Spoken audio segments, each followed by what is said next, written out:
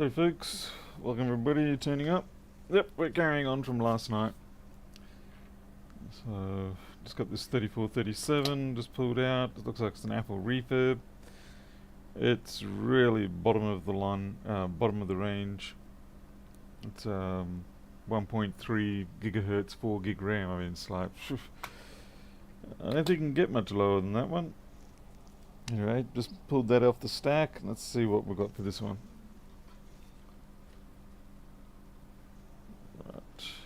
Oh man, this MagSafe's suffering brutally.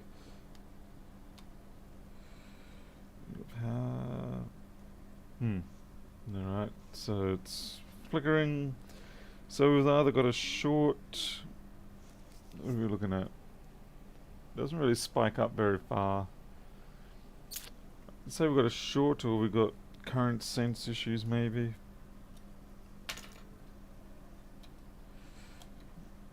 So we've got a broken connector there. Fun and games.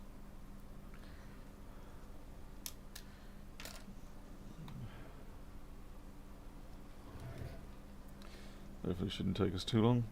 Ha ha ha. Famous last words, eh?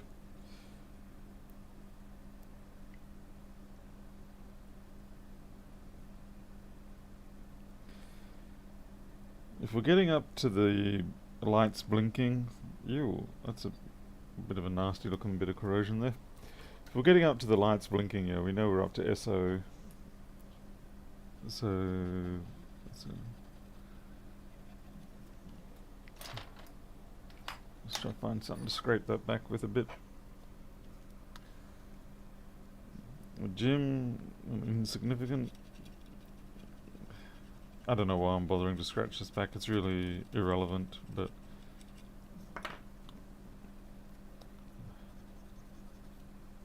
that'll come out in the ultrasonic a bit. So the SMC must be okay, 342 must be okay. Dead bugs.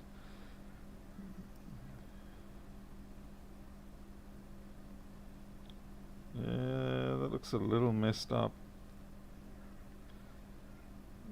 Okay, might pay to replace that. That'll be one of the current sense resistors. Yuck. If this gets too much worse, it might have to become a donor. Especially considering, ew, yuck, yep, yuck, yuckity yuck.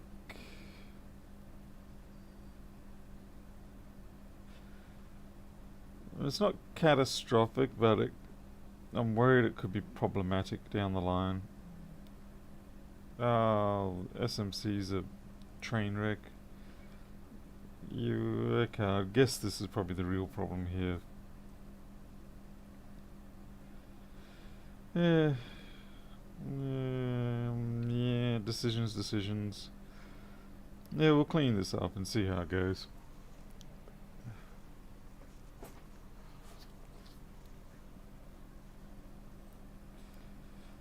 What a train wreck. I'd say probably those traces are broken across those test pads.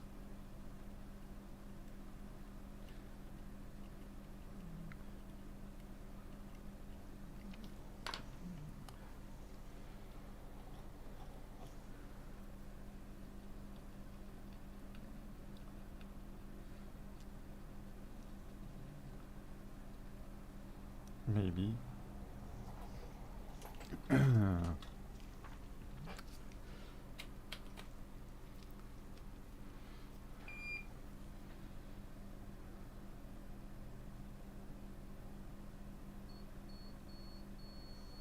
that one's fine. Okay, that one, have I got the right one? Oh yeah, that's fine too. Yeah, okay, traces aren't broken. Sure, look at that. They look pretty damn close to it. Let's just flux and boil the hell out of it. It's like someone vomited on this board, in all honesty.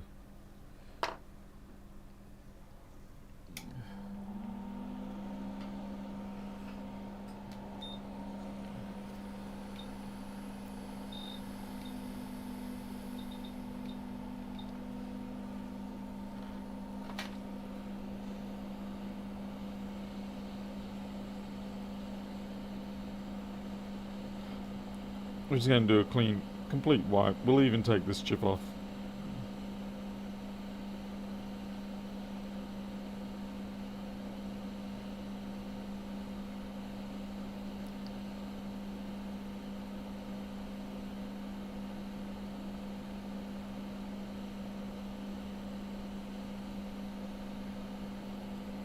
Hey, Nuts and Proud, haven't seen you for a while.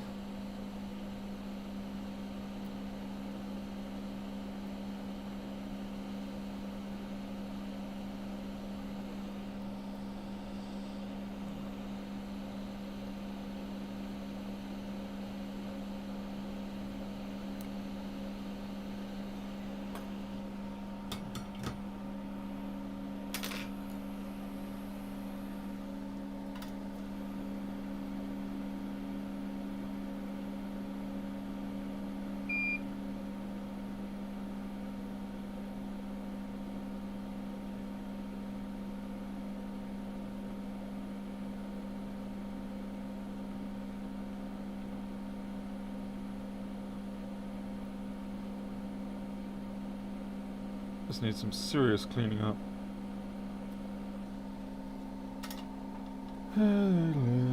Sunday cleaning up. Hey, Roger Dodger.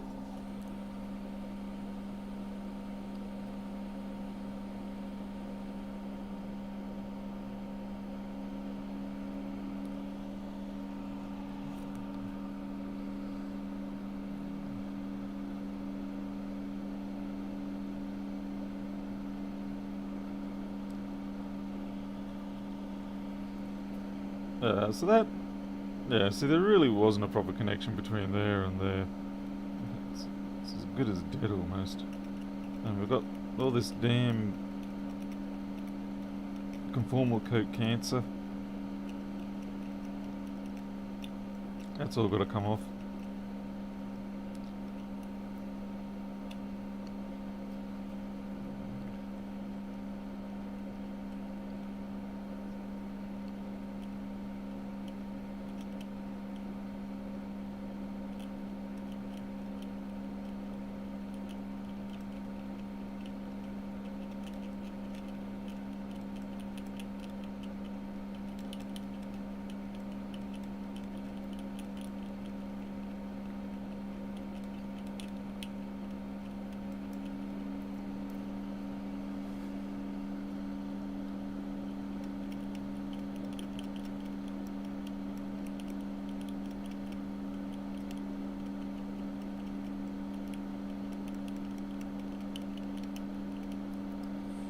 Jeez, it really went everywhere.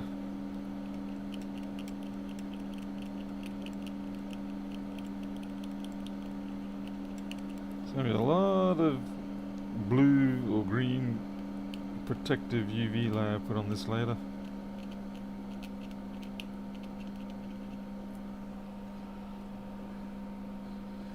Thomas Bulver, Rico, can I buy your boards please? Rico, I don't sell my boards. Besides, you can just get it from AliExpress.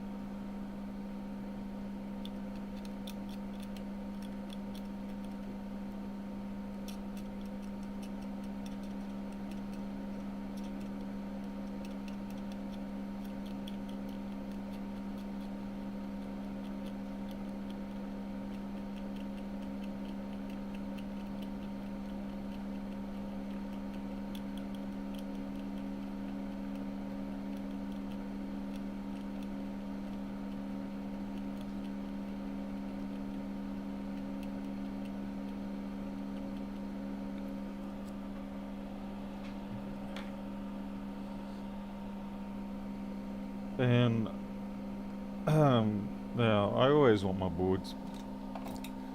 I don't sell my boards, I use them for customers later. The best way to get my boards is to send in a broken machine.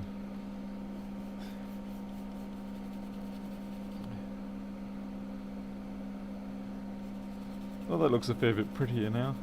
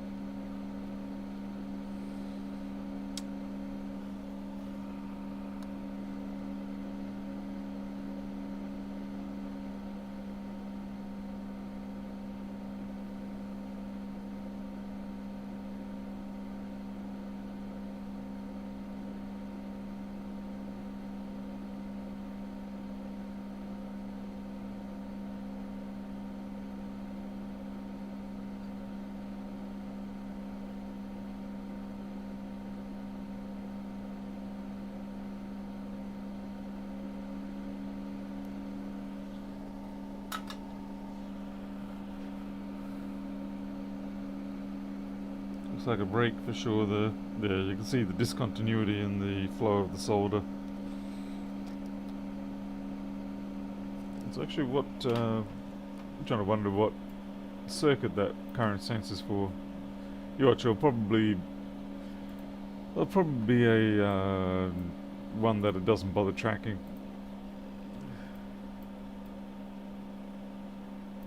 Okay, schematic. Sort of off to the bottom right of the SMC. There we go. Airport current sense. Okay, yeah, so that's just for the Wi-Fi. It wasn't really that important.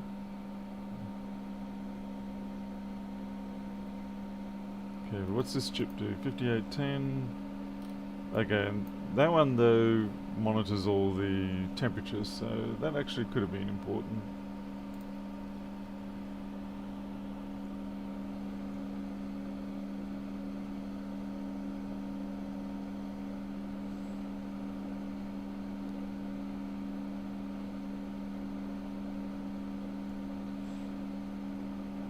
Yeah, so this is the one that they don't really bother to look at it. So they've got the resistor there, but they don't actually have the monitoring chip, so it's pointless, this one.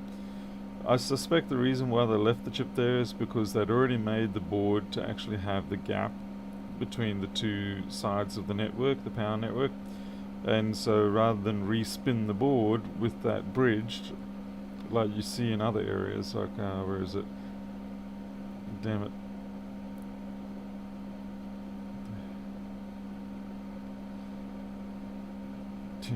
When I go looking for it, I can't find one. Fantastic. Anyway, there's other areas of the board where the 4-wire resistors already are bridged over.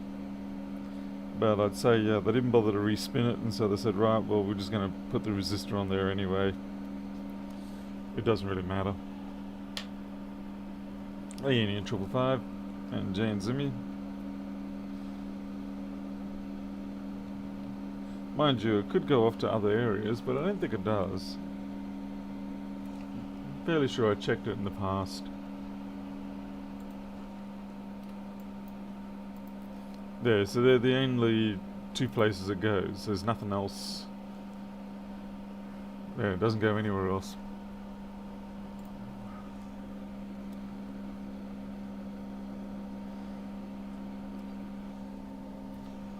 We do need a replacement chip though, because that one was corroded.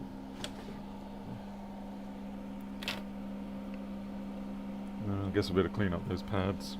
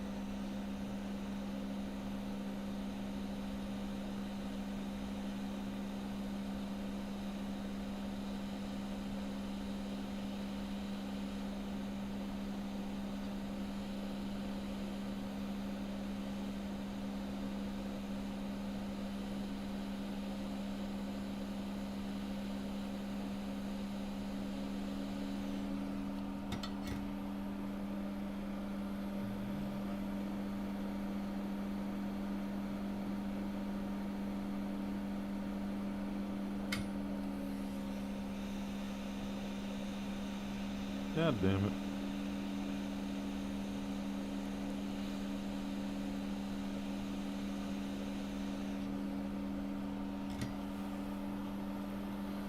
I didn't really get any sleep, no.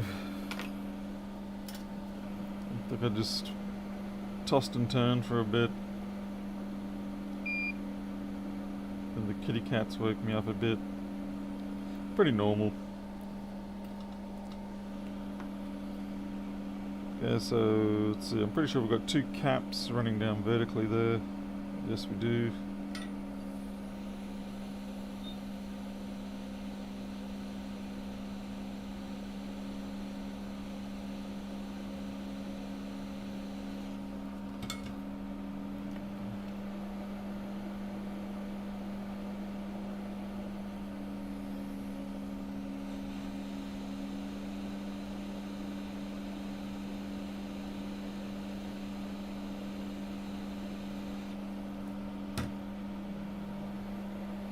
Really doing this the wrong way.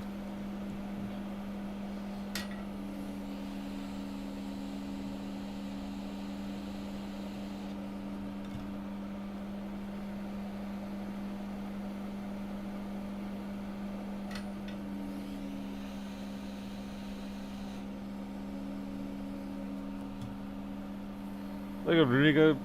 Hope you get some sleep.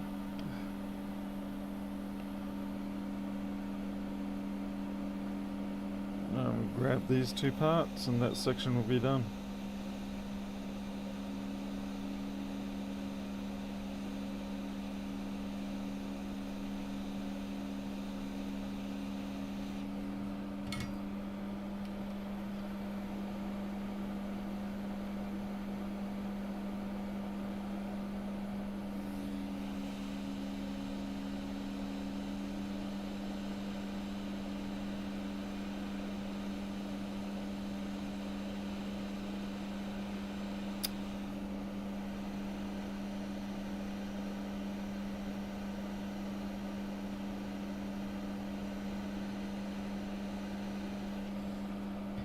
The only trouble when you lose the conformal coating is that if you do have parts side by side, then there's no separation between where the solder can flow, so it has a tendency to do this sort of thing where it pulls them closer together. Not much you can do about it. Electrically they're intact by the looks of it.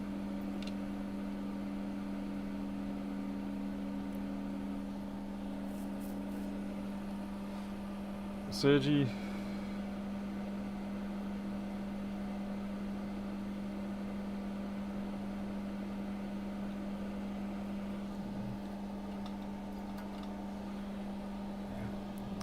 I have a feeling this will not have fixed it because there's a whole lot of damage in the SMC area, but we'll have a look anyway.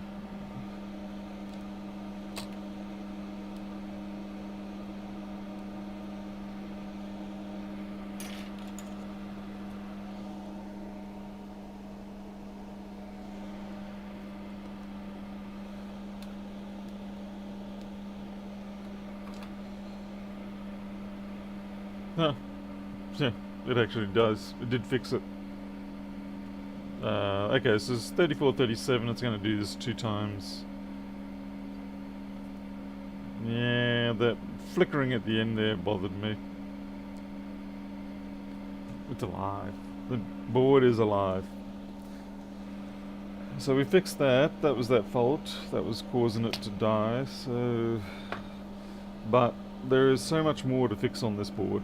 So we'll go along and clean up. I mean, look at all this. You can't just leave that there. You know that's going to be imminent failure in the near future.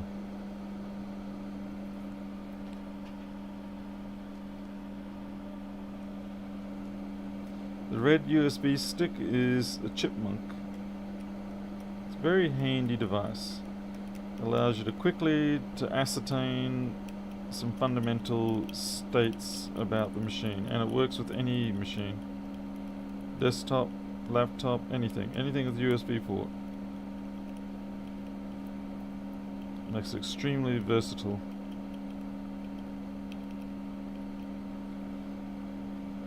Unlike my brain.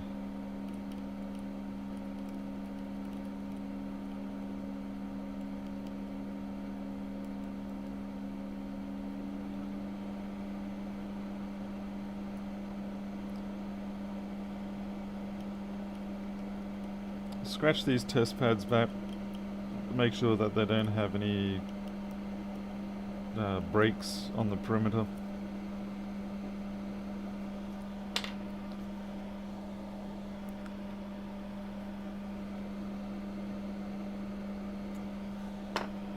The device shows whether there is any power running through the system, and then, well, yeah, in the 5-volt line, and then it also shows if the 5-volt is actually good, and then it shows if there's any CPU activity or data activity.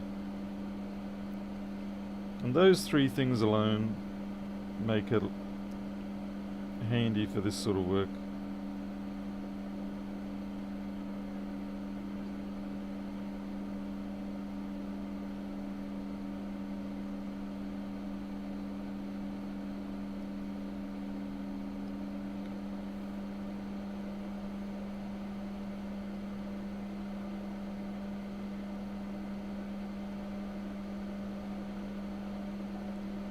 Yeah, I suspect we have to reconnect these two.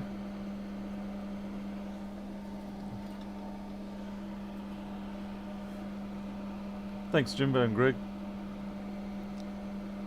Alright, so what does this particular trace go to? So third at the top.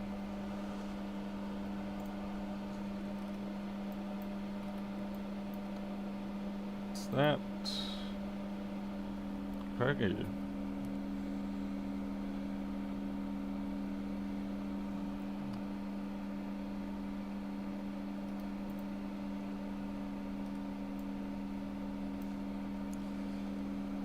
Kind of interesting that it ran without that.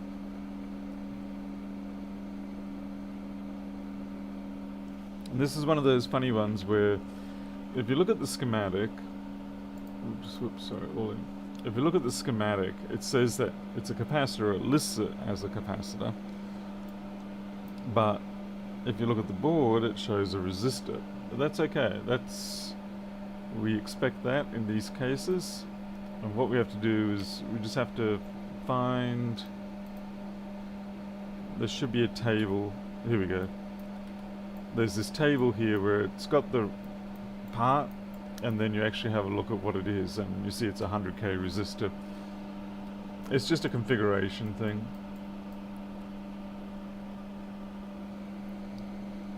So yeah, if you seem like you've got a board that you think they've mistakenly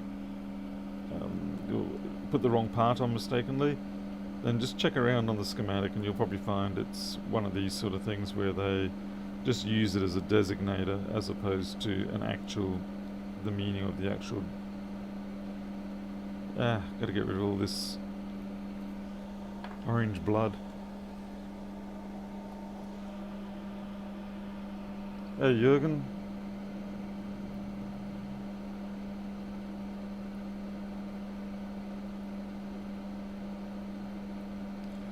The reason why the circuit still works is because that capacitor is being used just as a stability thing. So it keeps whatever the value is coming out of the current sense amp. It just sort of helps keep it stable while it's being read.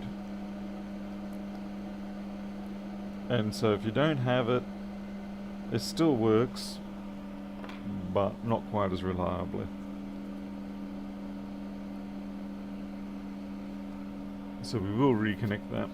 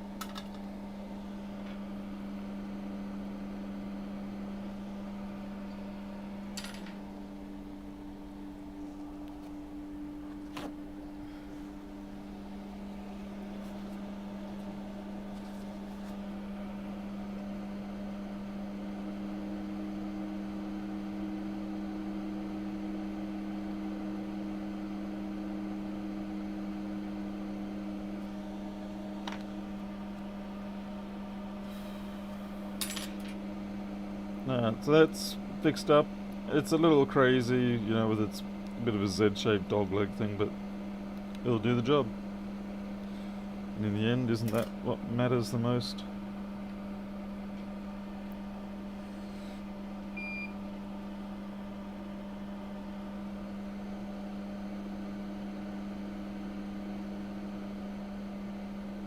Just might touch up some of these.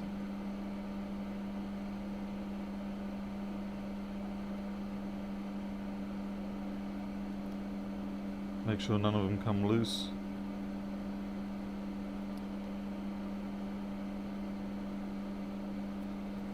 It's a pretty good test to do this onto these sort of parts. Just, run the soldering iron over the ends.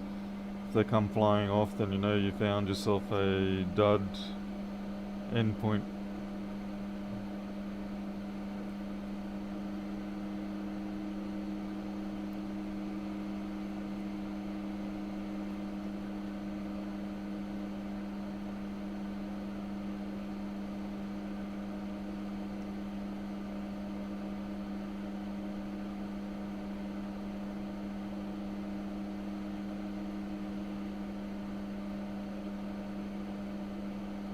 Oops, got a bit close and touched my wire.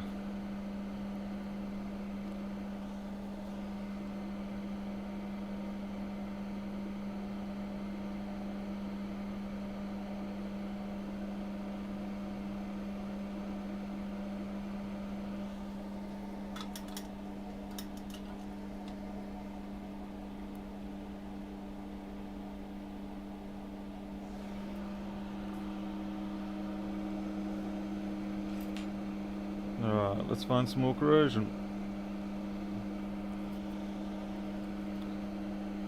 So that should be okay. That's just an exposed piece of ground, so that's no problem. Okay, this is the all-sys power grid area. You can see that chip's got corrosion on it. That's an essential chip. And there's a few dud test pads and stuff here, so yeah, this is definitely going to need rework. We'll take that chip off, discard it, get another one.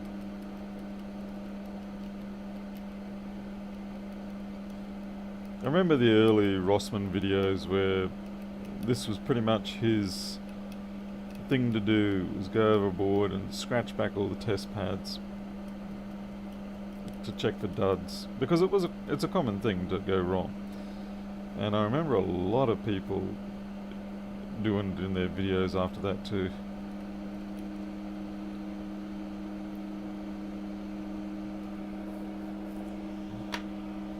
That was a long time ago now. That would have been 5 years ago, perhaps.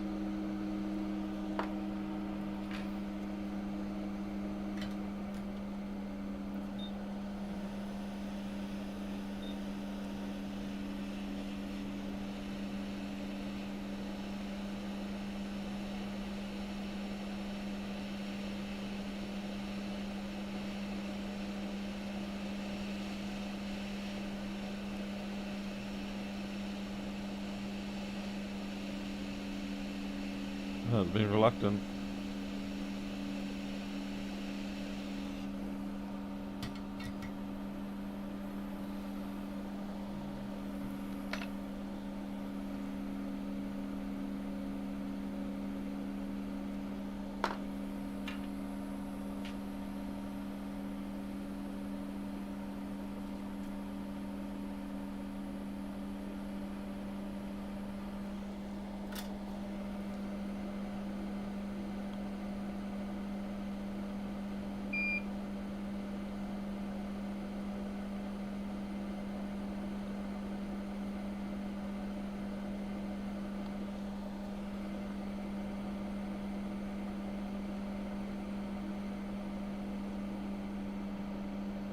I don't trust this resistor.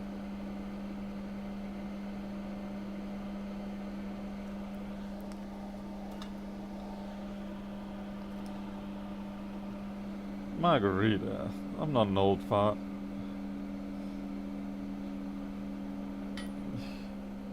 Not much.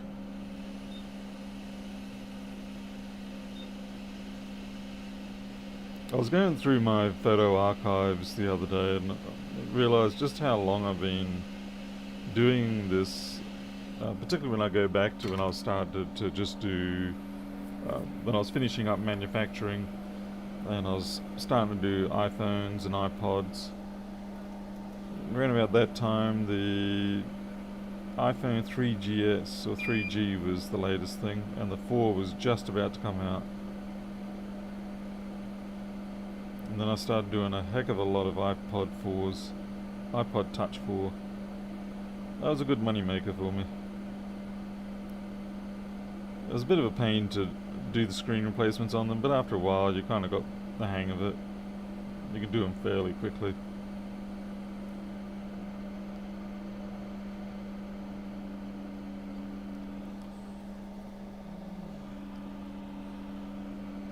No, Microage, you get off my lawn.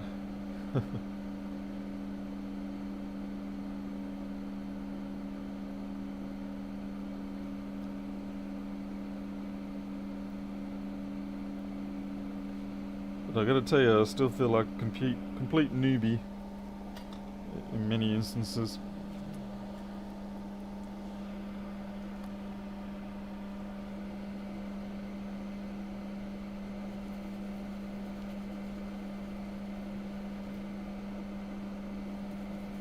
God damn, that flux has just hardened itself down.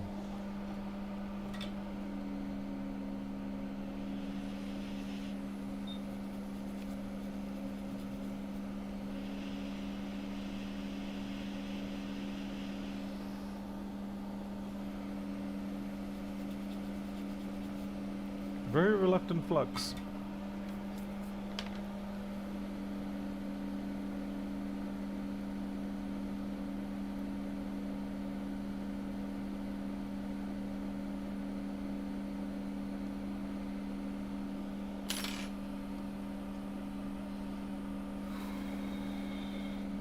Okay, let's get a replacement part.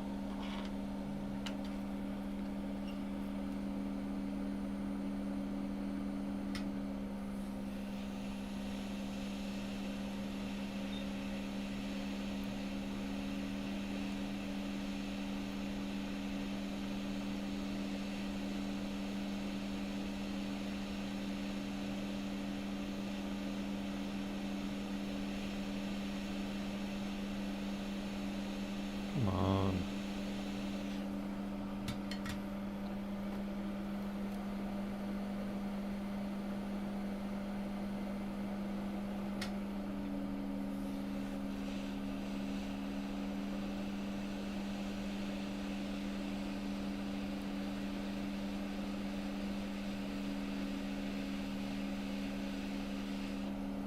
Yeah, that's settled in. Now we've got to get the part for here, I believe. Hey, Blue Dog.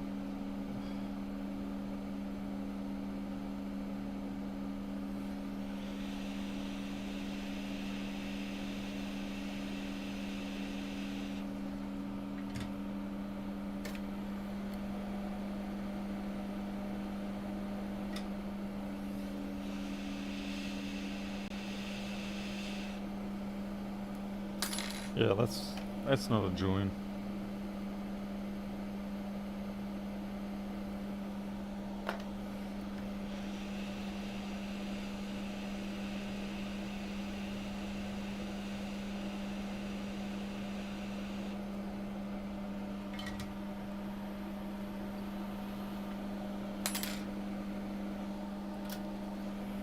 Sorry to hear only 4 out of 10 there, Jim.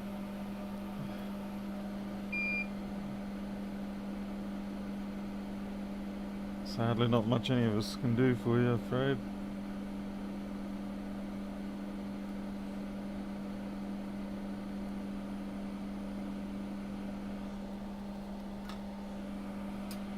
Alright. That looks better. Let's keep on going. That needs replacing.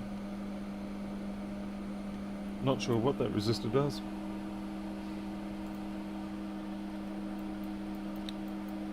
So like all on its lonesome self there.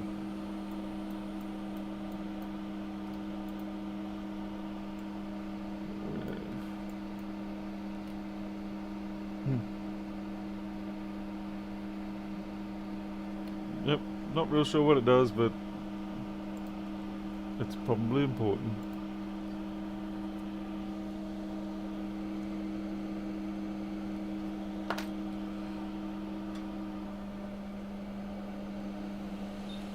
Last night's stream was a bit crazy, especially with that bug making an appearance. That was the highlight.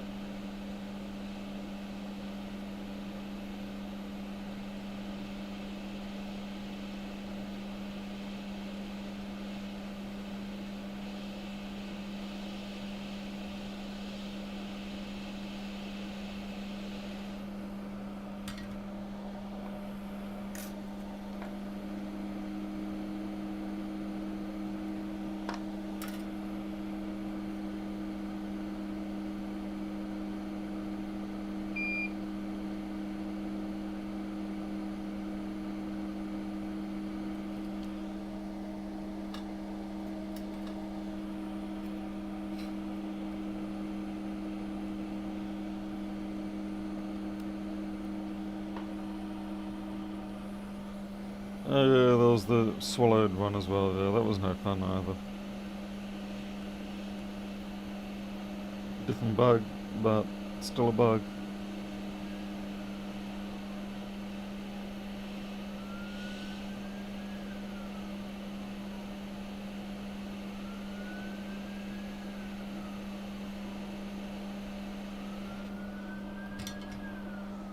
Whoop.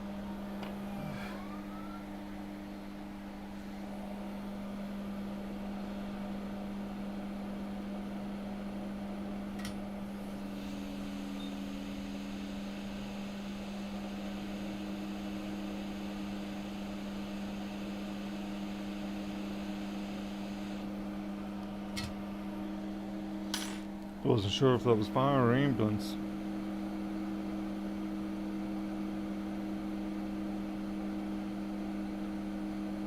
Alright, a bit more corrosion up here.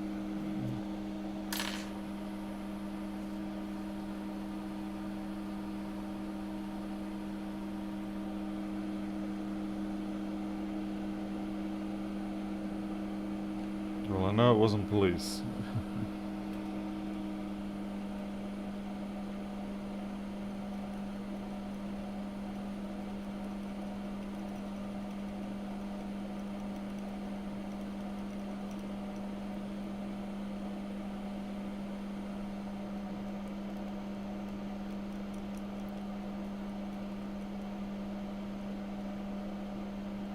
So that's mostly just visual miss. Doesn't seem to have a lot of technical damage in there. They'll be okay.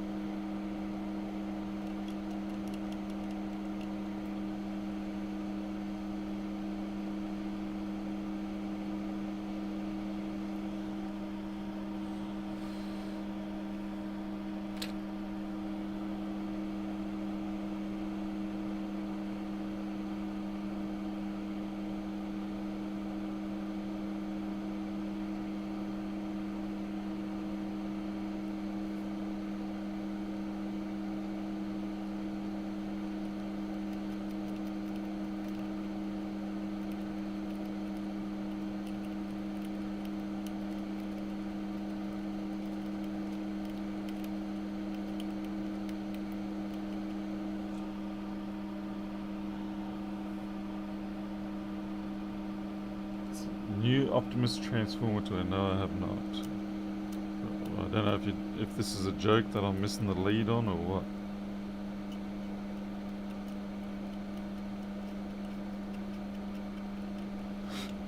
Pardon me. Okay, that looks like that needs replacing. It'd be fairly insignificant, but replace it because it is corroded a bit more than I'd like. Might be something to do with either the Thunderbolt or the SD card.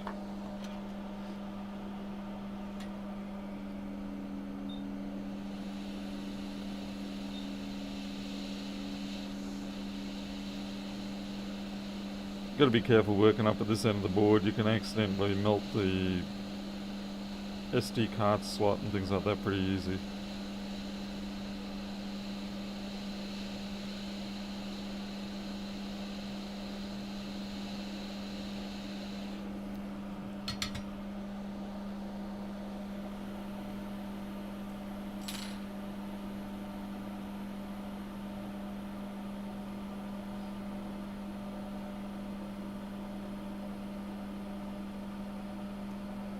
Alright, I need to I'll take a risk and have a look at some point.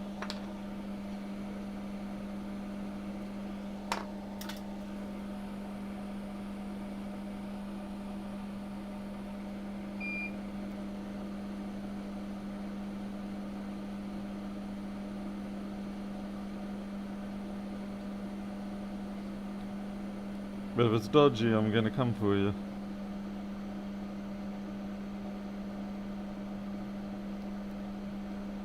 Get my time back in life.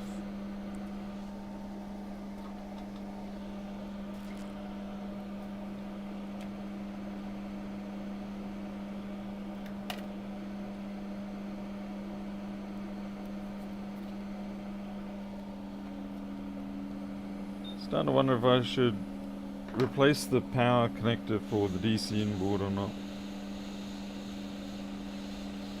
Kind of tempting, but it's also kind of fraught with risk.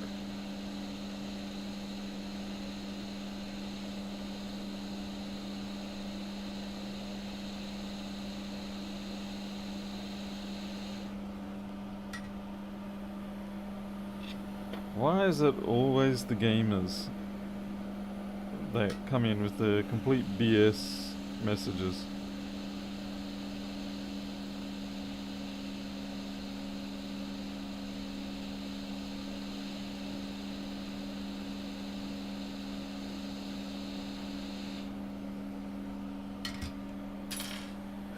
Okay, Jürgen, well, hope you enjoy your work.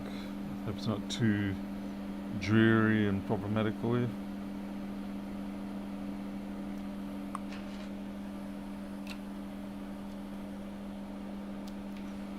Okay, so this is the problem with the connector.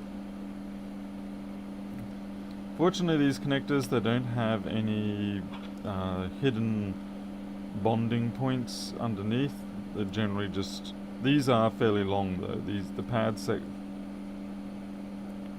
for these connectors, they do go in a fair way.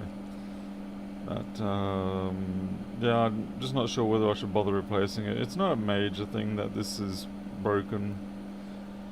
I think I'm probably inviting myself to more drama if I get rid of it. I'll probably end up melting the camera connector, and then I'll probably end up melting the other connectors.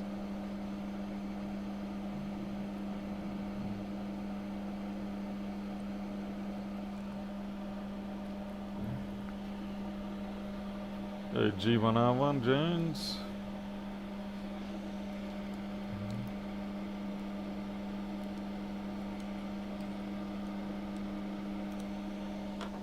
And as it is, most of the time that power cable that's under there, it's usually under compression.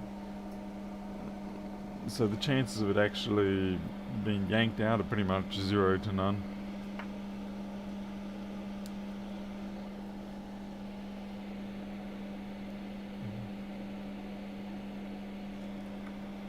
As long as we get our green blinky blinky, I'll be happy.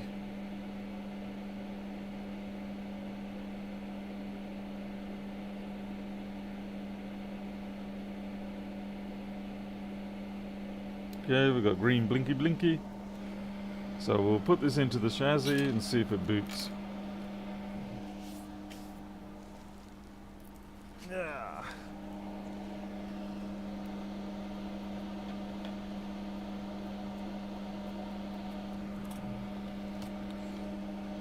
And if it boots and runs, then we will have rescued a very diminutive board. Really, I don't think you can get anything lower spec than this thing. At least not from Apple. You can easily get lower spec from Acer. They'll throw in some really weak AMD all-in-one chip. Flog it off for $399. Too many people buy it, and then it's slow as anything, and they probably put 64 gigabytes of eMMC in it. And then the Windows 10 update comes along, and it's all dead. It's like, yay! I don't know how they get away with selling those kind of machines. It's like, it's just, you know it's going to die in the very near future as soon as any updates occur, because people are going to put their files on there, you know, the data, and before long there's not enough room to do an update, and then you can't roll it back because there's not enough room.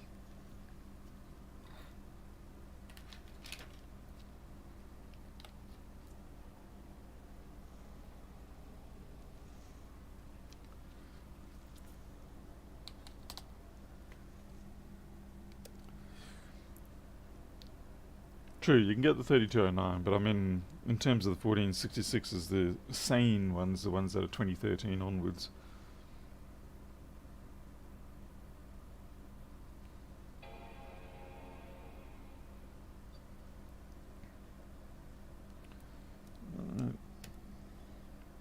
Ooh, what happened there?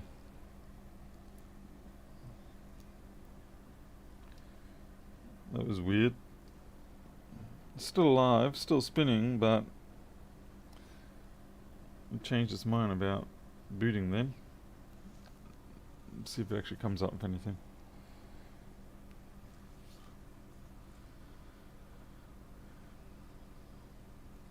Gorilla, yes, you're quite right. It is very rare for me to stream during the day. What's my current on this? 2.3, so it's charging the battery. Okay. I'm not sure what made it do that reboot. That's always a concern.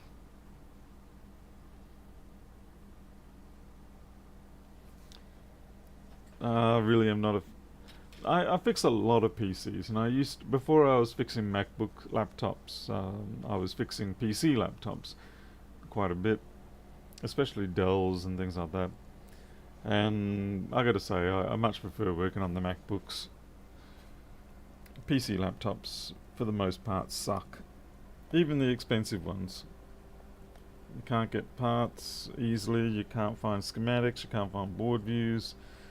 No one knows anything about them, the particular model. Okay, that's not true. There are some rare individuals like Pernov who actually do know stuff. But for the most part, you're pretty much up the creek on your own without a paddle. Okay, so we do have Wi-Fi, we've got charging, we've got speakers, as you heard. The RPMs are normal, there's no high temperatures, in other words, sensor failures. It seems pretty good. Let's check the camera. I mean, you do pay for it. I mean, if you paid $1,500 for a PC, then you probably get something that's reasonably okay. But from a service perspective, the MacBooks really are the easiest things to work on. Okay. In spite of the fact that Apple makes it very difficult for you. Alright, well that seems to be doing okay. I'm not sure why that reboot occurred though. That does concern me, so I will shut down. And I'll try boot it from the EFI boot selection again.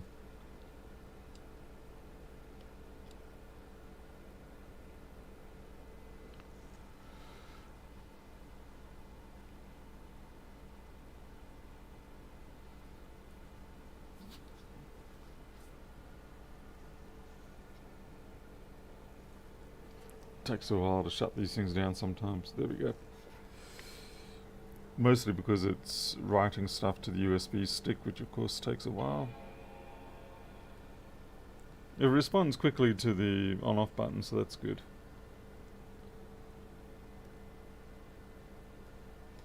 Maybe it was an EFI reset, I'm not sure. But that, no dramas this time. But, you know, these boards will go through some more extensive testing afterwards, after they've been ultrasonicked and cleaned up and things like that.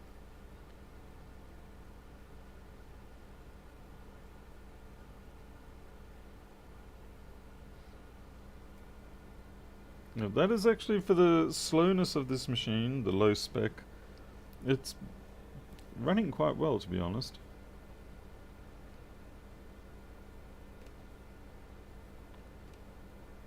Maybe I've got the wrong sticker on it. No, 1.3 gigahertz i5 and 4 gigs of RAM. So yeah, it is definitely low-end spec, but it runs nicely. And that's why I keep repairing these boards, because even at this low spec, it's perfectly good. You know, if you just want a machine that's lightweight to carry around with you for doing internet and some lightweight office work, you still can't go wrong with a 1466. And it's got all the ports you want. The SD card port, you know, the Thunderbolt on it, headphones. It's hard to complain.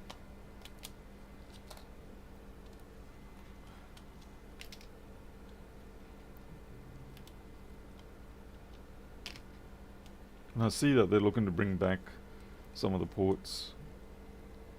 I think it's SD and HDMI. I do wonder if the HDMI thing is going to be a mini HDMI so that they can keep the slimline profile.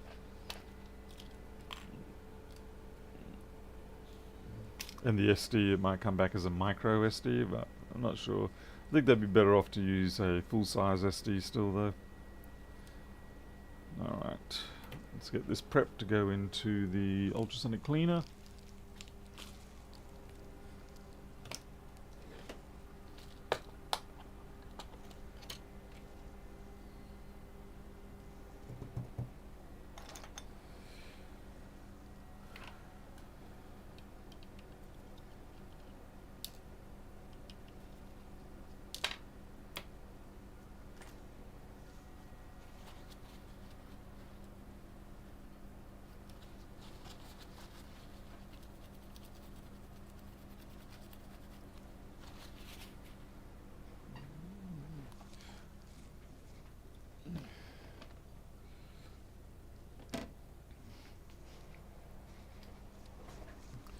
No guarantee that they'll come out with the ultrasonic working.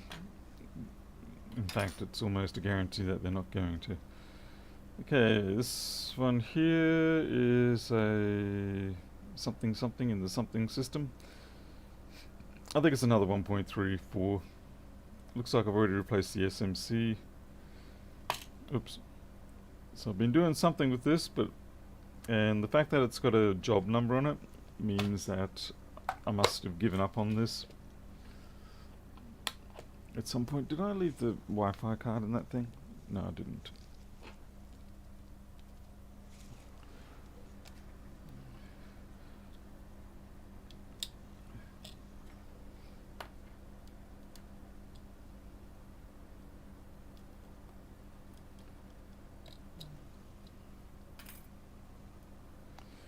We'll just use the dregs of that thermal transfer paste. For what we're doing, it's not going to be a problem at all.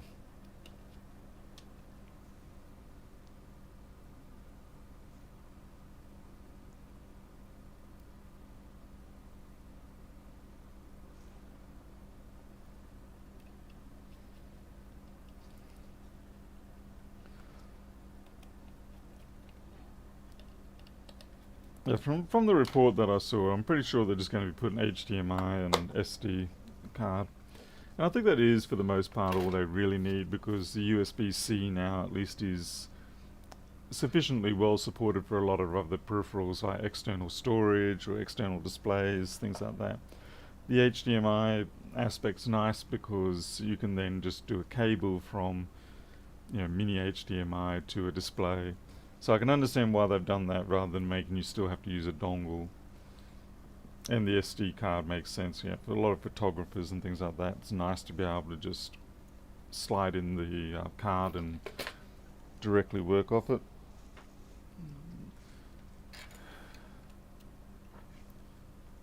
I don't think they really need to have USB-A anymore. I think that era is going to close up, so there's no real problem there.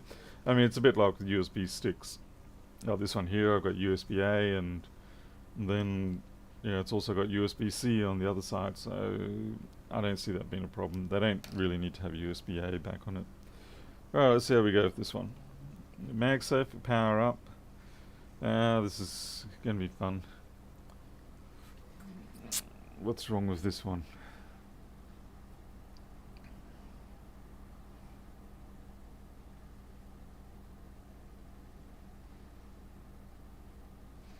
Alright, that's problematic. It's problematic because it was working.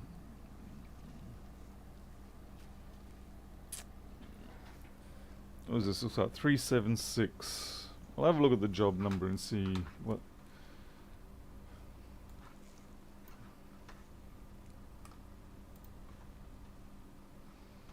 I mean, yeah, we all do still use USB-A, but I guess what I'm saying is that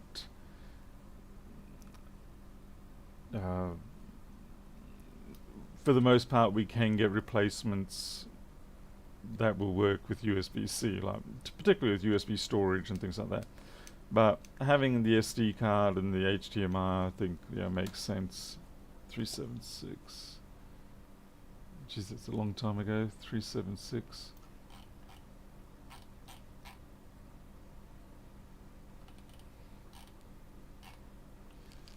Okay, let's see. Okay. Water damage. No lights on MagSafe. Dent in the machine. SMC region was damaged. Trackpad replaced. This one's giving me the heebie-jeebies just thinking about it. RJ45. I don't know if they'll bother with that, given the fact that most people just do Wi-Fi these days.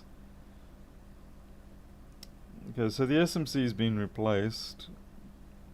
I'm trying to wonder why this has come back.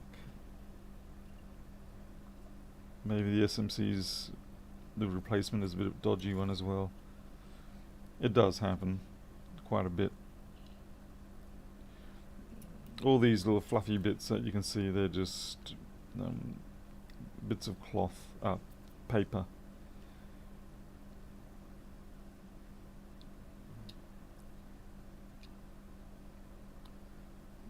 Clock chip's a little bit skewed off, but I don't imagine that would cause the drama.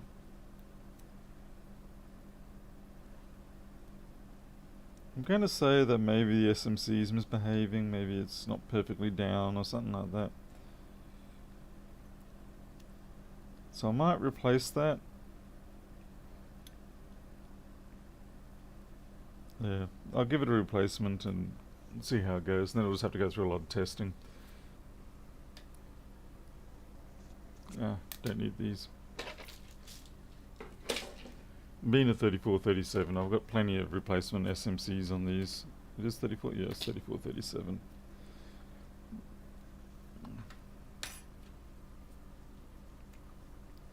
Board view for System 76 anytime. I don't know, you tell me. Is someone going to produce the System 76 board view?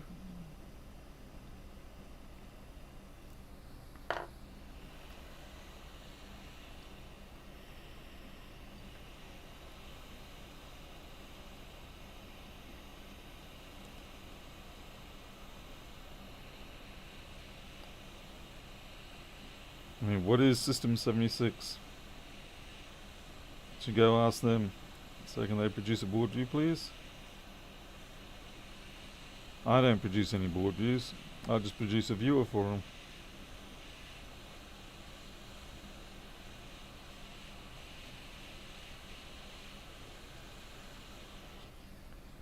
Yeah, it's funny. I shouldn't have picked that up because I kind of saw it just jumped. It jumped like it went into a realignment. Which means that maybe the problem all along was that I hadn't sat down properly. Damn it. Well, I'm going to try another one anyway.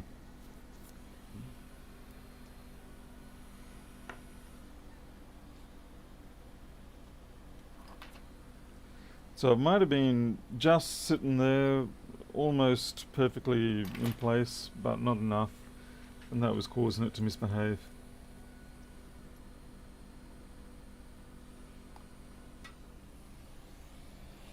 Oh well.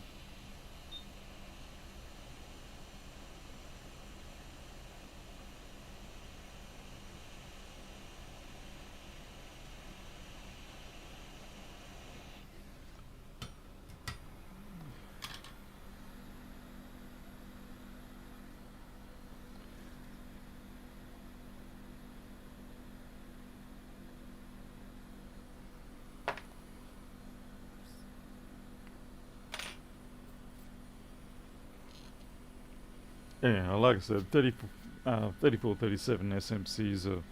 I've got plenty of them. Assuming I can find them, of course.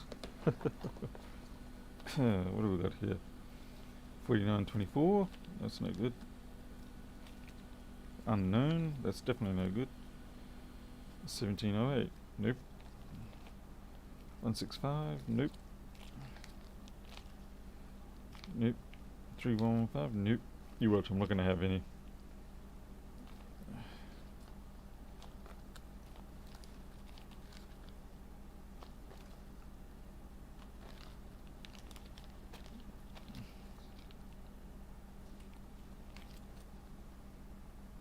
$34, $37, and I've got a question mark on it that says it should be okay.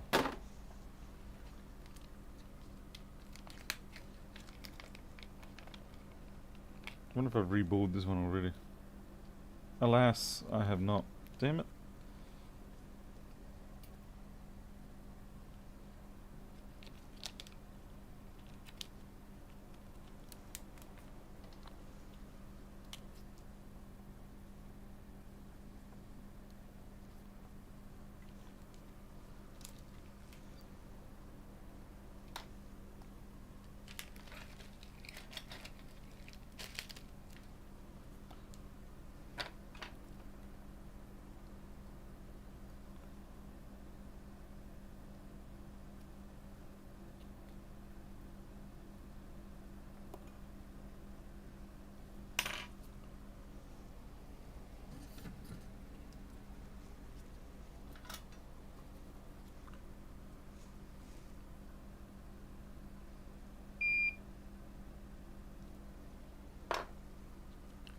Infinite machinery.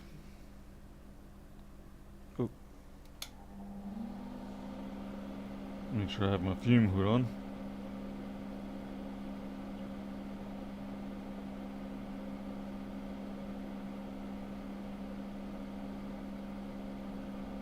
This one's been sitting around in the drawer a bit long. It's got quite a number of reluctant pads there. I'm going to have to try and revitalize.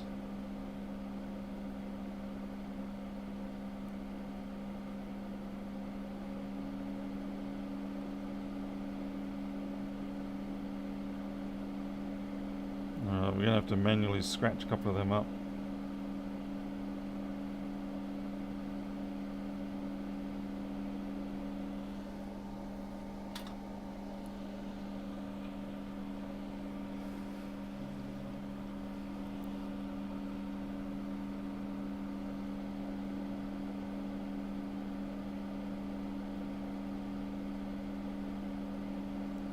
You only need to get a little bit of a scratch on those pads, just enough to give the solder a chance to get hold of it, and then once the solder's kind of working its way onto those pads, it tends to have the ability to displace the rest of the corrosion.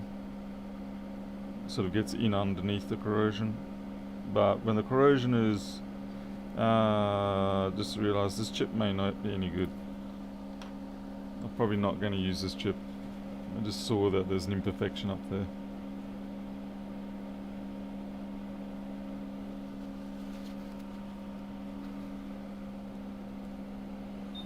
See if I can show it to you.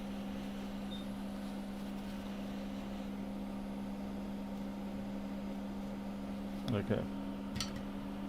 I can see it, but I don't know if you can.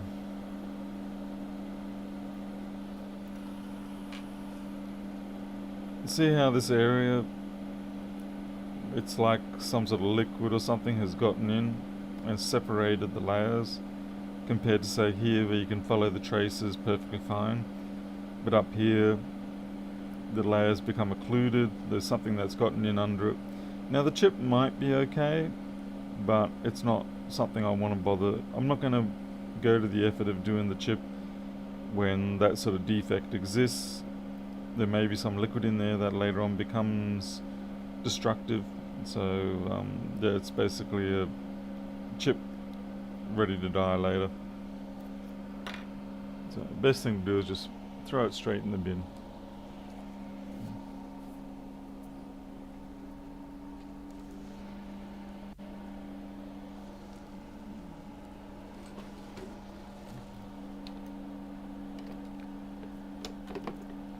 If you're really desperate, there are times, yeah, you can sort of go, fine, I'll just have to take the chance. But more often than not, it's not worth it. Ah man, there's corrosional on this one. This is a donor. The quality of the donors is really tanking out lately.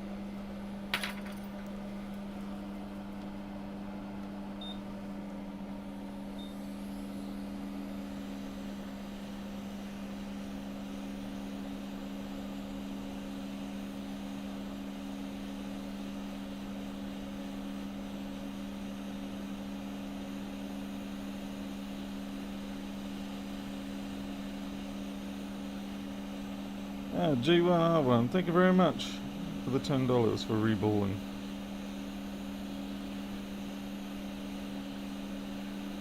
Much appreciated.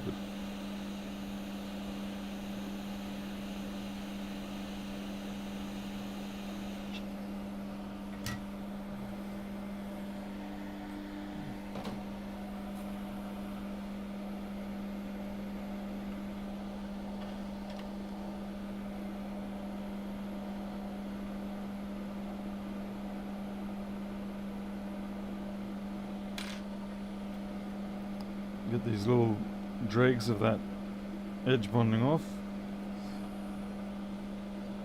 Actually, I might be able to get it off the soldering iron.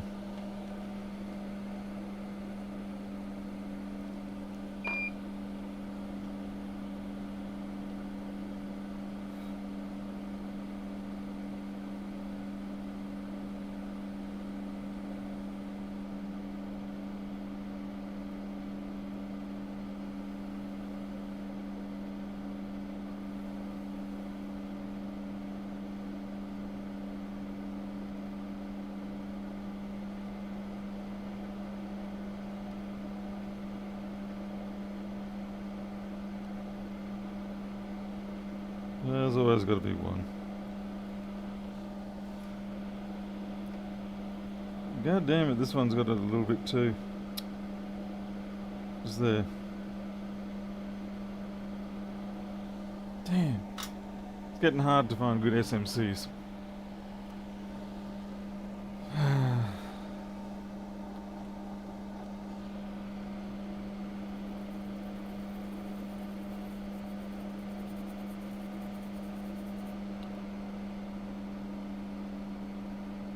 Yep.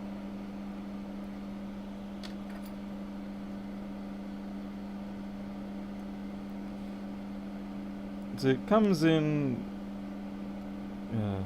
when you get liquid damage, you see all those little those little wires on the edge of the chip there? That's how it comes in. And yeah, you can see that on the edge there it has corrosion around there. And it correlates with where we're seeing this ingress. So I hate to say it, but that one's also in the bin. Damn. Okay. Now I'm slightly panicking about my SMC status. So, 165. Hilariously, I've got 165s now.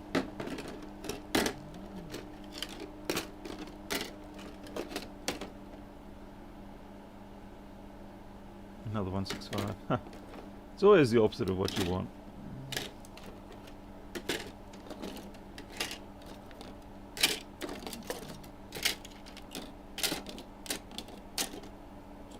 .165, 3437 with an SMC.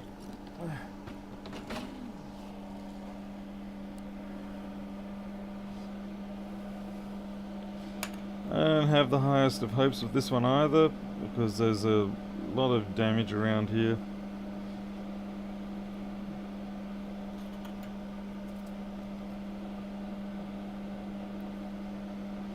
But we'll take it off and have a look.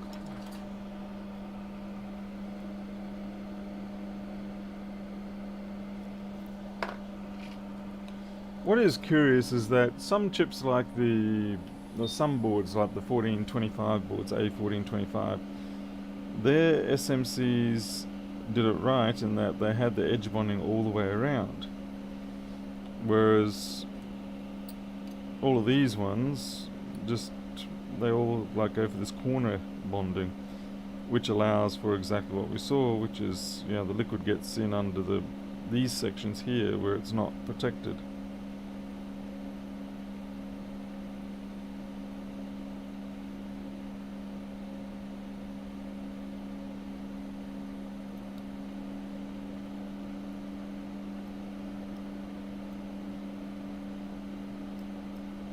I said, it might have worked, the other one, but I'd rather not.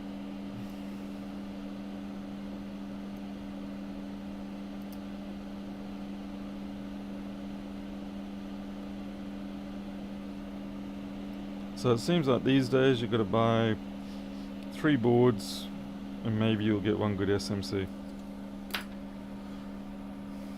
Yeah, the Reaper's really working. It's getting its money's worth out of me.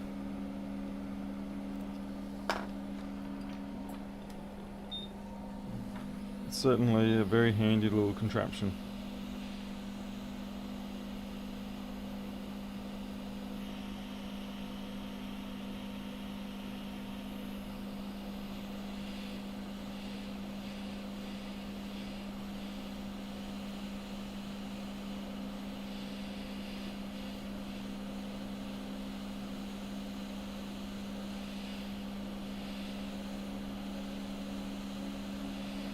I mean, the Reaper's main purpose for me was to be able to remove the, pardon me, the overfill on iPhones.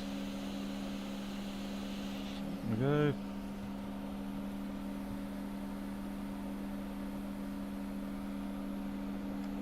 As for certainly you can, like, I mean, if I wanted to, I could, after this, put that stuff all around. Just not exactly sure what I could use. I think there's B6000 glue. And I think B6000 has a similar consistency. I could be wrong.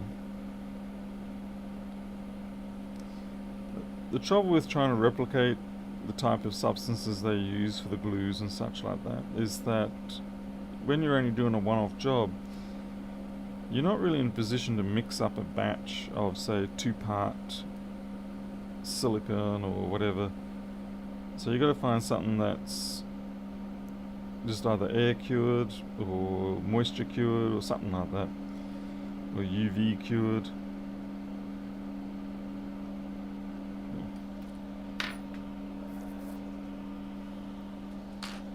See you later, Jimbo.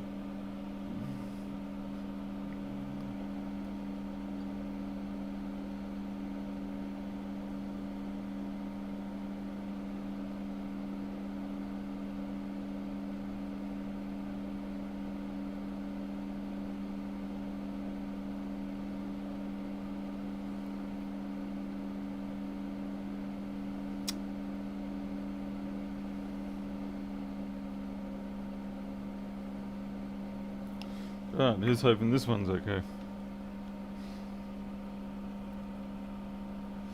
Yeah, Jim, I've noticed that it's starting to tick me off, to be honest, with regards to their caginess. And unfortunately, it's the same thing I've found on almost every single one of these projects, that they come out like this and they say, you know, we're all open and transparent, and then you try to get the information, they're like, oh no, we can't reveal that because we're under some sort of contract, NDA or whatever, and we don't have control over that. It's like, in the end, you guys are basically producing a laptop that really doesn't have any superior ability to be repaired compared to an existing laptop. I mean, an existing laptop, I can just swap the NVMe or swap the RAM, or yeah, I already can do that. And you guys are coming in with this whole we're unique and different slant, and really you're not. You're just, okay, you made things modularized, but the thing is, 99% of the time, well, to date, I've never seen a modularized system last more than its first iteration. Because the trouble is, every time we take on a new standard, there's typically some sort of change in the connectivity that has to be adhered to in order to maintain the transfer rates and things like that. And what usually happens is that the old generic connectors that they used to be able to provide the modularity can't handle the standard, so they have to redo it all again. So in the end, you get this overpriced laptop that underperforms and ends up being thrown in the bin anyway. So I mean, I get it, maybe initially that was their thought and they had these grand ideas, but in reality, I've yet to see it pan out. I mean, PCs, as in desktop PCs and stuff, is probably the closest you're going to get to it. And we never see that in laptops. Anytime we see it in laptops, it becomes some obscure part that you can't even get 2 years later, so it's, I just don't believe it.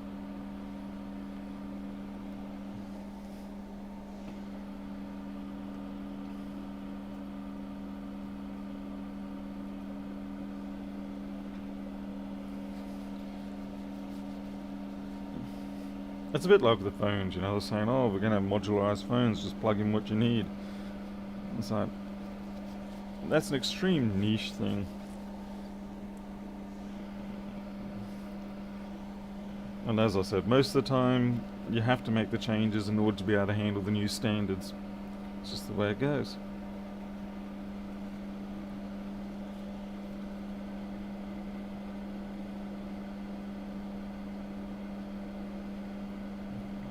And these people that design them, if they're saying, well, if they're thinking that standards are going to stand still for more than 1 or 2 generations, then they're deluding themselves, really.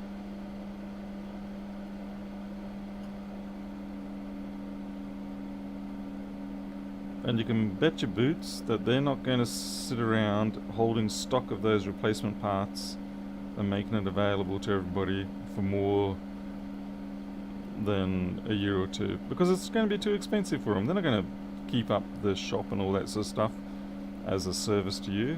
It's going to cost them money. They're not going to want that.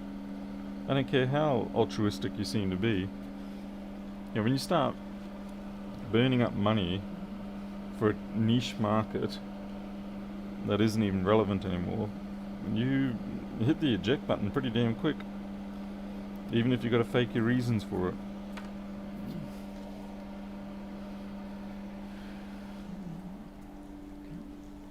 I mean, the idea is admirable, I mean, that's the thing. The idea is admirable, but the reality, it just doesn't pan out.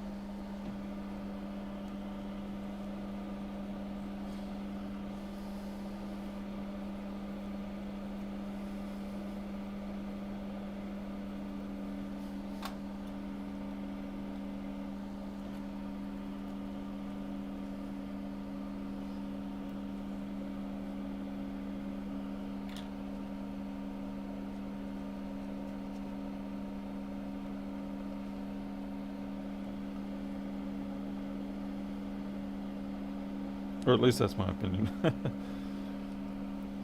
All opinions expressed on this show are mine, and I don't necessarily agree with them.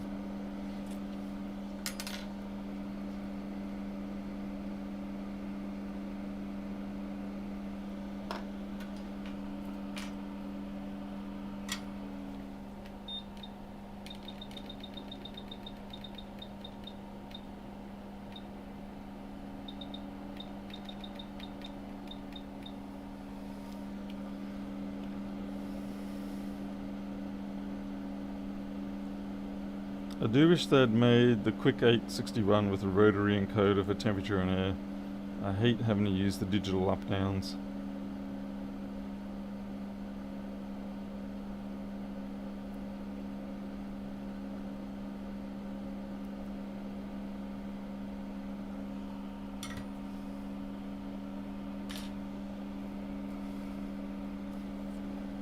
Now, unfortunately, Jim, engineering guys aren't the guys that are responsible for getting the stuff out there, as in the board views. If it was up to the engineers, we'd end up with more laptops like the 1502 and the 1466 on a regular basis. But instead, we mostly end up with things like 1534s. Something just flew in my hair.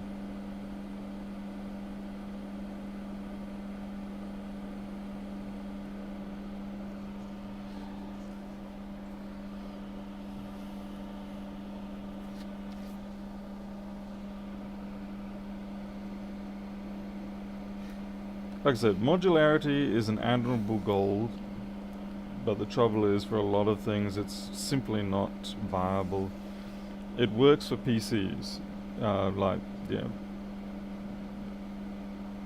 consumer PCs. It works because, well, just happen to be lucky enough. It's not a very high-speed moving target, as it were.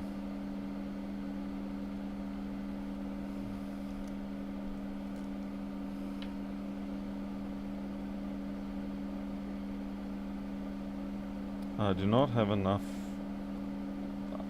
alcohol on this one.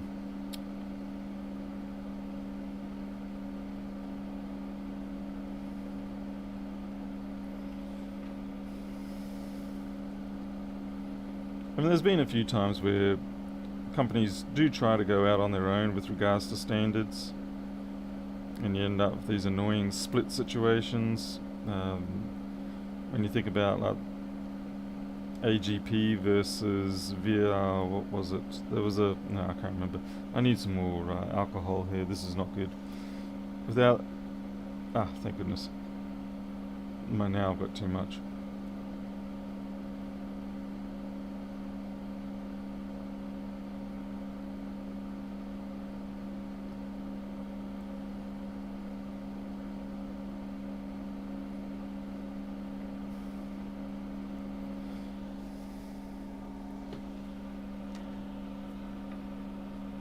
You missed the ISA port? Really? I gotta admit, I'm happy with where it is now with regards to whoa, were they missing balls all up the top there?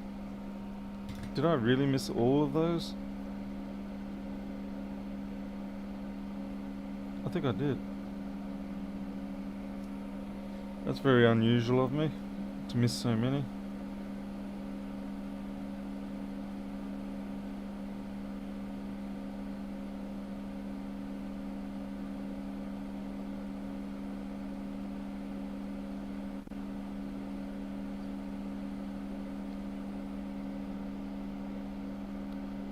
Oh, another one there too. Wow. Mr. Daniels is rather blind today, it seems.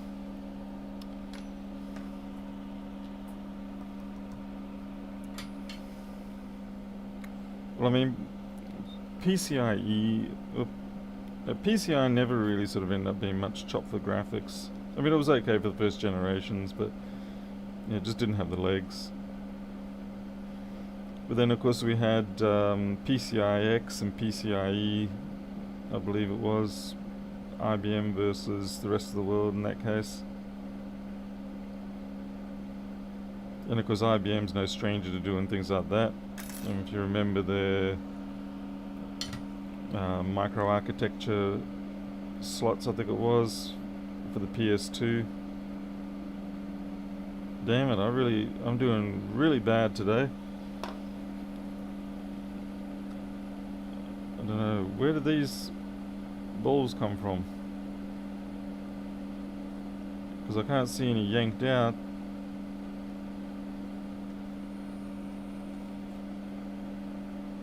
Wow, really am creating drama for myself today. There's definitely a bug on my... Probably rampant redback or something.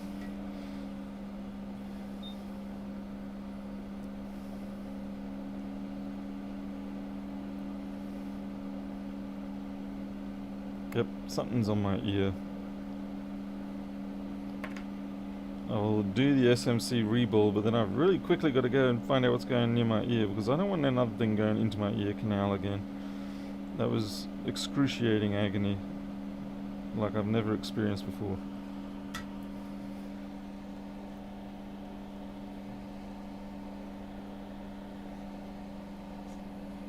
Yeah, Jim, thanks. Funnel Web.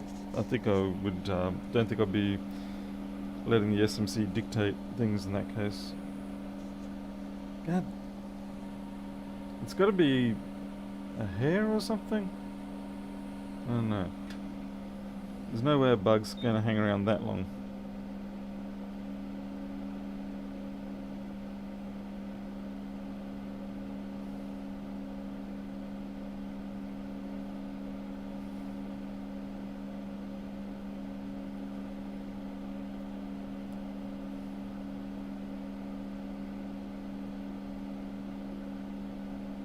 Okay, I think that's all of them.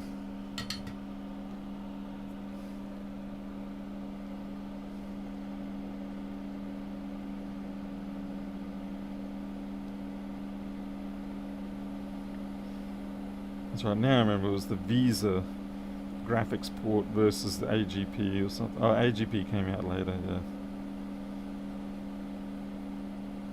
Okay, I can see like that ball there is not quite right.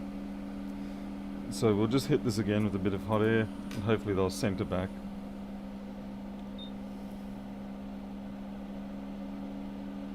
Yeah, that went back, so that's good.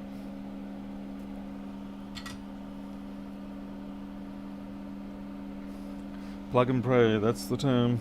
Yep.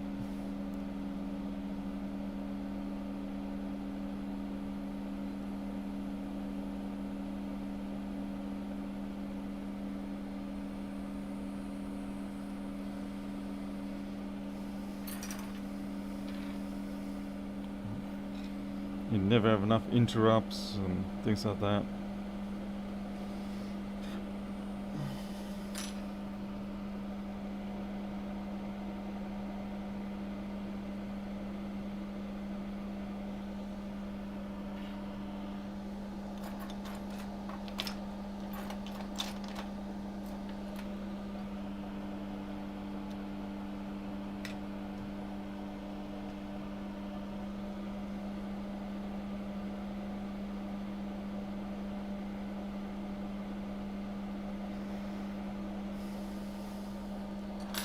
I think that's aligned.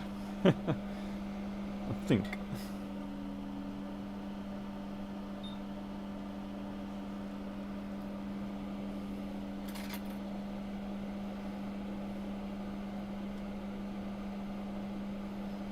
The Visa thing was a funny term because, yeah, Visa itself was a standards body, still is.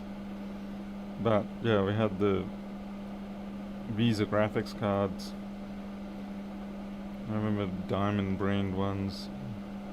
And then PCI came out, and I jumped over to S3. Geez, that sounded like a little four banger.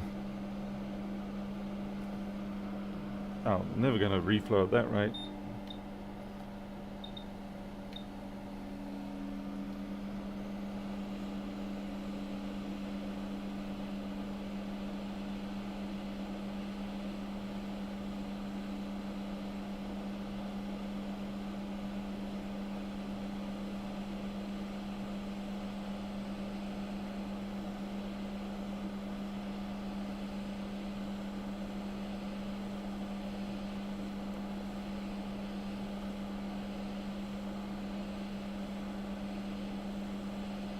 Ooh, that was a fair way out, that one.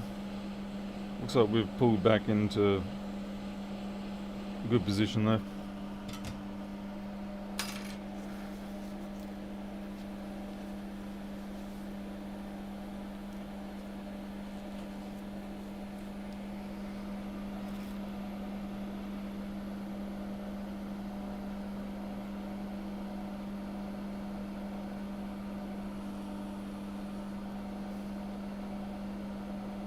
Oh, they look healthy.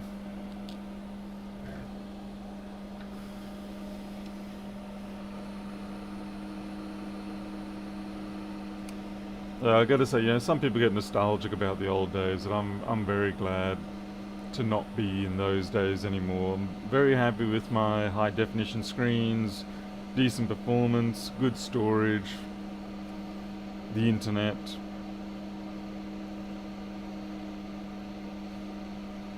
And I love the fact that now you can have a machine that's almost 10 years old and it's still perfectly usable. Back then, a 10-year-old machine, it was like you may as well just give up. And I think that's the nice thing about the PC market now, is that we're sort of plateaued out, so that it's, I mean, maybe other than graphics cards driving performance requirements, for the most part, it's like we're pretty much standardized, a bit like cars in many ways. It's like, sure, you got the Bugattis doing 400k, 500k approaching, but they're way off the extreme for the most part. Everybody else is pretty content with no matter what they get. Okay, let's see if this actually even still boots. It was booting before. We need to see if it still boots. At least that way we know we haven't gone backwards.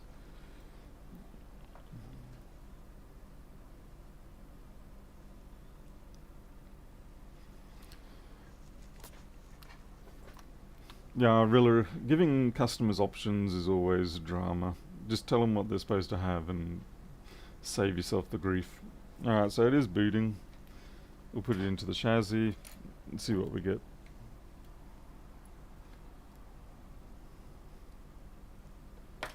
Yeah, I really do not miss those days. And fighting for memory, trying to squeeze what you could into high mem, all that sort of pain in the butt stuff. And from a programming perspective as well, it's so much nicer now. Like back then you had to try and make sure depending on what language you're using, that it wasn't unusual at times to make sure your stuff all fitted into one page. Or maybe if you're lucky you could get 64k structures. But then when 32-bit rolled around, we got a lot more freedom in that respect. So yeah, sure, great. It gave us some very interesting experiences, but I really don't want to go back to that.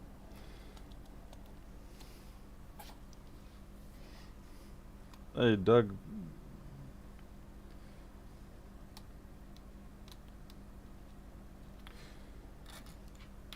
Some people consider it the golden era.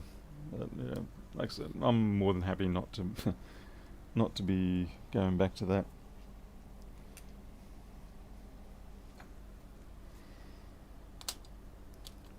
And cameras, like digital cameras.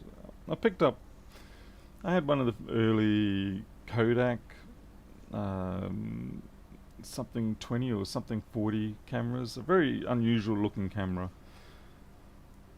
Almost like a pair of binoculars. I had one of those, and then I upgraded to an Olympus And the Olympus had a whole 1024 by 768 resolution. But the nice thing is the optical quality was fantastic on it, and it had optical zoom. And I got some really good pictures out of it. And that's when you learn to appreciate the difference between megapixels versus actual resolving ability of the lens. Because it's all very easy to give you 100 megapixels of blurry pixels. But if you've got a good resolving ability on your sensor and lens combination, then each pixel should be distinct. DOS will never die. Quite possibly not. It's a useful system. Especially now that we have free DOS. Hey, Ted Berry.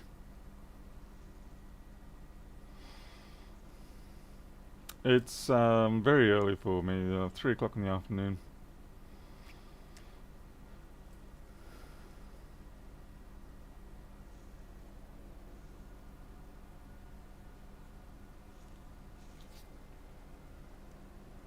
I think the fan's spinning a bit fast, so we might have a sensor issue here.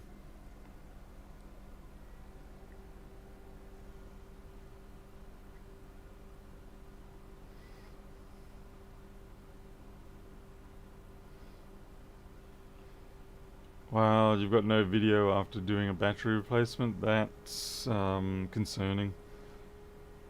On a 426. Do you have external video? If you disconnect the display cable, do you have external video? I'm going to say maybe the display cable got damaged.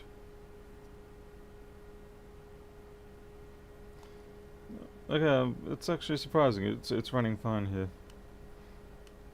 I thought the fan was running fast, but it's not.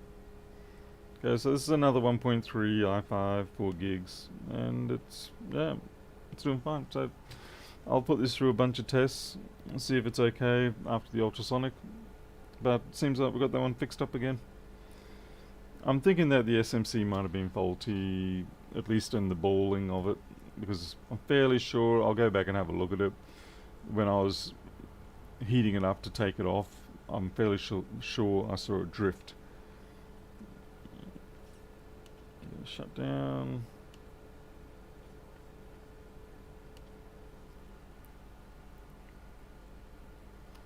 Yeah, Doug, just disconnect the display cable off the main board and try an external display connector, HDMI or whatever. At least then you'll know whether the board's running or not. Sorry to hear you run into that issue though.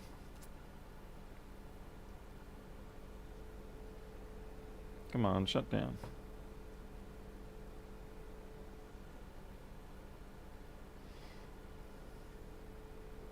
There we go. Alright. Well, I think that's that for today. I'm going to get myself some coffee, go do some programming, got to get Flexboard View features sorted out sooner or later. Do some administration work. I've got to send invoices to people so that I can actually have some money, because I can't do this kind of work without money. Money does keep the wheels moving. I don't really wish to be a poor person any more than I have been already in life. And money makes that easy to keep away. And yes, play with the kitty cats, definitely. Alright, thank you very much everyone for being here, and I will see you next time. Let's see, what have we got? Just thought we'd quickly check. Okay, this one here is another one of those mysterious ones. It's a 165 that starts, or it looks like it's starting, but then has nothing. This one here needs an EFI fix because I botched it up last time, so we'll just get a clean ME region, put on the serial number, and that should be good to go. This one here, I don't know. It's a 3437. It's got a bit of green developing around here. I might throw this in the ultrasonic. And it's a 1.64. So, you know, we've got a few to go still. But we did another 2 today, so that's good enough for me. Alright, I'm out here. You all take care. I'll see you next time.